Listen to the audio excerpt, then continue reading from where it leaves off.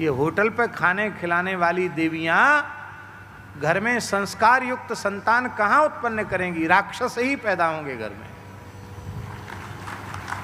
इसलिए ताली मत बजाओ। मेरी प्रार्थना है घर में ठाकुर जी पधराओ, ठाकुर जी को प्रेम से पवित्रता से भोग लगाओ। घर में ठाकुर जी विराजते ही और प्रत्येक वस्तु भगवान को निवेदित होने के बाद ही हम आहार के रूप में लेंगे। आपका चौका चूल्हा पवित्र हो जाएगा और फिर भगवत प्रसाद आप पाइए। देखिए कितनी पवित्र बुद्धि होती है आपकी। ये होटल फोटल में खाना बिल्कुल छोड़ दो, स्पर्श के योग्य नहीं वहाँ का अन्न, वहाँ का जल, वहाँ का अन्न छूने योग्य नहीं है।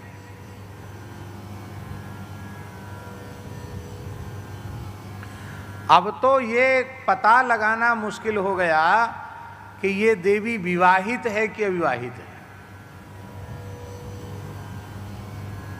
दुर्भाग्य से किसी देवी का सुहाग उजड़ जाता था तो पैर में बिछुड़ी नहीं, पैर में उंगलियों में बिछुड़ी नहीं, पैर में पायल नहीं, सिर में मांग में सिंदूर नहीं, हाथ में चूड़ी नहीं, नाक में नथ नहीं, कान में कुंडल नहीं, गले में मंगलसूत्र नहीं। और ऐसा होता है तो उनके वो उतार दिए जाते जब पति का शरीर श्मशान की ओर जाता है। तो कितने दुर्भाग्य का समय सनातन धर्म में आ गया कि बहू बेटियां विवाहित होकर पति के रहते हुए सौभाग्य चिन्ह ही धारण नहीं करती। जो माताएं सौभाग्य चिन्ह धारण नहीं करती हैं उनके पति का, उनके पुत्र का अमंगल होता है, उनका स्वयं का मंगल होता है, उनकी श्री का, उनकी आयु का, उनकी बुद्धि का नाश होता है। लेकिन किसको समझाएं, कौन समझाए? कुएं में भांग पड़ी है। हमको कहने की इच्छा नहीं होती है। ईमानदारी की बात यह है, संत भगवान सामने न बैठे हों तो मुझे बोलने की इच्छा नहीं होती है। क्या सुनाऊं, किसको सुनाऊं, क्या कहूं? कभी ठाकुर जी ऐसी कृपा करें कि अखंड ब्रजवास हो जाए, आना जाना सब छूट जाए, कहीं जाने आने की इच्छा नहीं होती। बहुत सुना चुके, बहुत घूम चुके, बहुत भटक चुके, बड़ी दुख, बहुत पीड़ा होती है। धाक के 3 पात हैं व्यास जी, चाहे जितना गला फाड़ो, चिल्लाओ, भागवत गीता रामायण सुनाओ, दुनिया अपने ढर्रे पर चल रही है। लोगों के घरों में संस्कार अच्छे नहीं है, किसी के घर में पानी पीने का धर्म नहीं है। पहले मारवाड़ियों के चौका चूल्हे पवित्र माने जाते थे क्योंकि उनके घर में चौका में महाराज होता था। महाराज माने कुलीन पवित्र ब्राह्मण। अब महाराज का अर्थ हो गया रसोईया, वो किसी भी जाति का हो, वो हो गया। एक अग्रवाल वैश्य के घर में हम गए, शहर का नाम और व्यक्ति का नाम जानते हुए भी नहीं ले रहे हैं। बड़ा आग्रह था कि सब गोव्रती व्यवस्था है, आप प्रसाद पाएं। कहीं से आए थे बाहर से, तो लिफ्ट में जैसे ही चढ़े तो जो महाराज थे बनाने वाले, तो वो भी कुछ सामान लिए थे, वो भी लिफ्ट में साथ ही थे। तो हमने उनको पूछ लिया, आप महाराज हैं? बोले हाँ, रसोई हम ही बनाते हैं, महाराज हैं। आपका शुभ नाम क्या? उन्होंने नाम बताया। तो हमने नाम के आगे पीछे कुछ नहीं बताया। तो हमने कही कुछ टाइटल तो लगाते होंगे आप।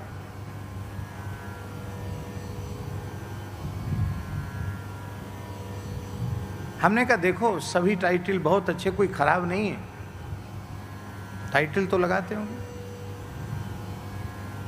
तो उन्होंने अपना नाम के पीछे कुछ ऐसा टाइटल, अब क्या करें, आजकल जमाना ऐसा, कुछ बोल दें तो ये मीडिया वाले पीछे लग जाएंगे। ऐसा टाइटल बता दिया कि हमें खूब कड़ाके की भूख लगी थी। ऐसी भूख विदा हुई, एकदम भूख विदा हो गई। बहुत अच्छी, बहुत बहुत बढ़िया, बहुत अच्छा। महाराज जी तैयार है, मैंने कहा सब तैयार है, लेकिन आज हमारा मन है कुछ ऐसे ही साबुत फल ले आओ। फल ला करके उनको जल से धो के, गंगा जल ही व्यवहार करते हैं, धो करके ठाकुर जी को भोग लगा के फल खाए, फल खा करके हम लोग आए।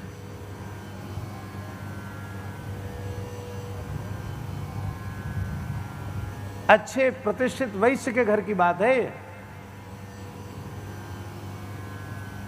क्यों? क्योंकि इतना धन बढ़ गया है कि माताओं ने चौका चूल्हे में प्रवेश करना बंद कर दिया। उनको नौकर चाहिए। नौकर के हाथ का खाओगे तो तुम्हारा दिमाग भी नौकर जैसा ही रहेगा। भले ही तुम बड़े बड़ी अमीर सेठ बनते हो, पर नौकर ही रहोगे। अपने हाथ से बनाओ खाओ।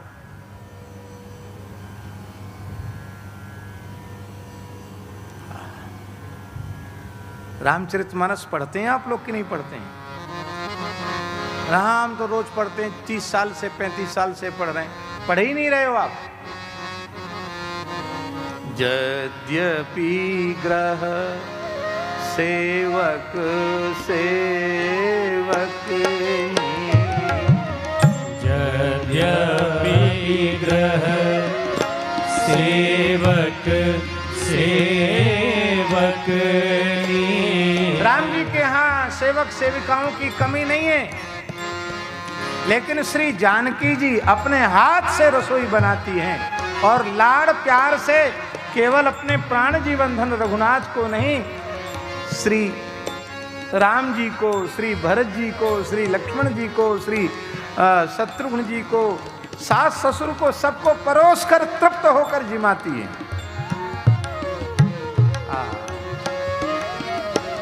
उनसे बड़ा अमीर कौन होगा?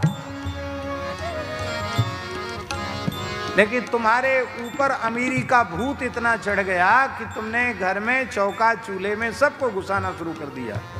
ठाकुर जी तो पधराए हैं घर में, पर उनको भी नौकर के हाथ का बना हुआ भोग लगाते हो, ये ठीक नहीं है।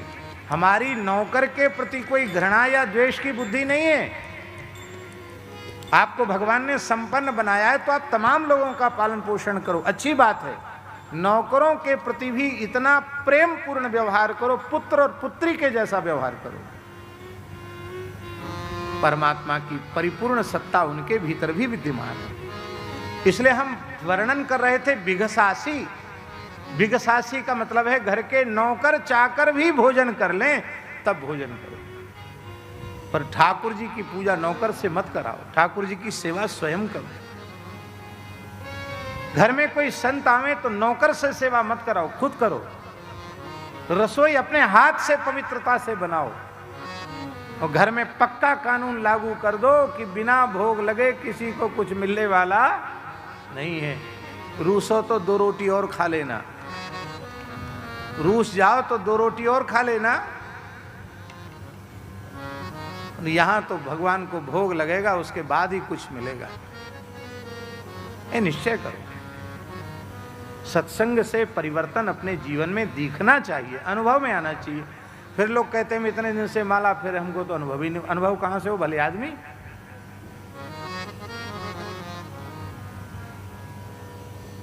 अपने हाथ से पवित्रता, भगवान की सेवा अपने हाथ से, भगवान की रसोई अपने हाथ से।